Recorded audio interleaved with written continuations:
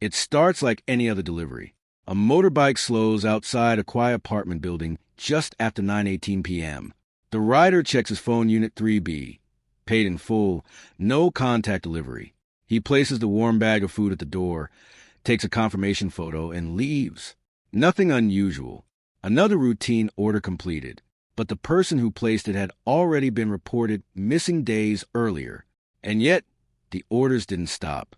They kept coming on schedule, as if someone inside was still living normally. So the question begins, if they weren't there, who kept ordering? The missing person was 29-year-old Daniel Eze, a freelance graphic designer who lived alone and worked late hours from home.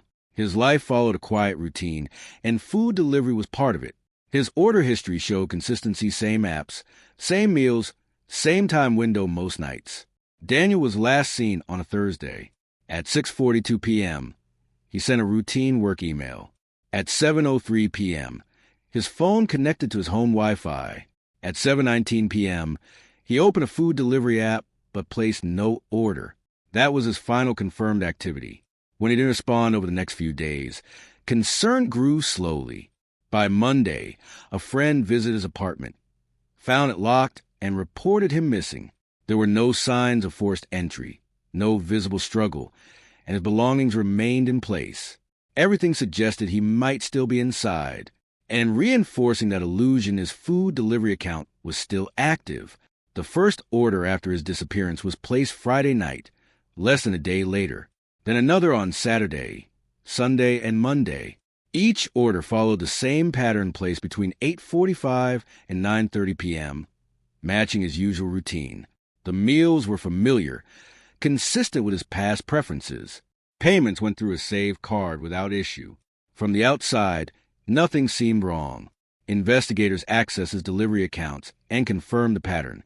The orders were being placed from the same IP address as home network.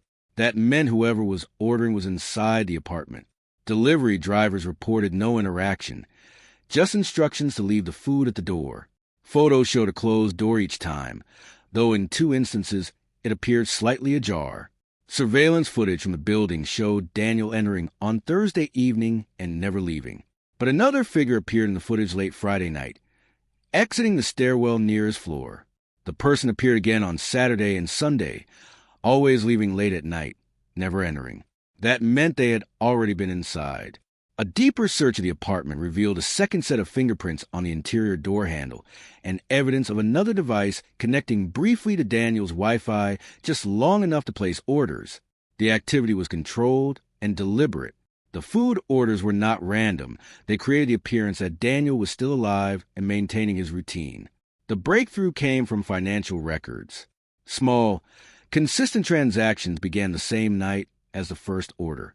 Tracing them led to a former roommate, Chinedu Okafor, who had once lived in the apartment and left after a dispute. He had never returned his key. Cell data placed Chinedu near the building during the nights the orders were made. The fingerprints and device logs matched him. Investigators concluded he had entered the apartment shortly after Daniel's last activity. What happened next remains partially unclear, but Daniel was no longer there. Chinedu stayed behind, using Daniel's accounts, ordering food to sustain himself and maintain the illusion that nothing had changed. Each delivery was intentional not just for survival, but to delay suspicion. The continued activity suggested presence, masking absence. It worked. Friends assumed Daniel was home. The system processed each order without question. Routine became cover. Chinedu was arrested 6 days after Daniel was reported missing.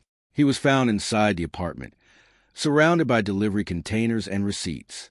The illusion had held until it didn't.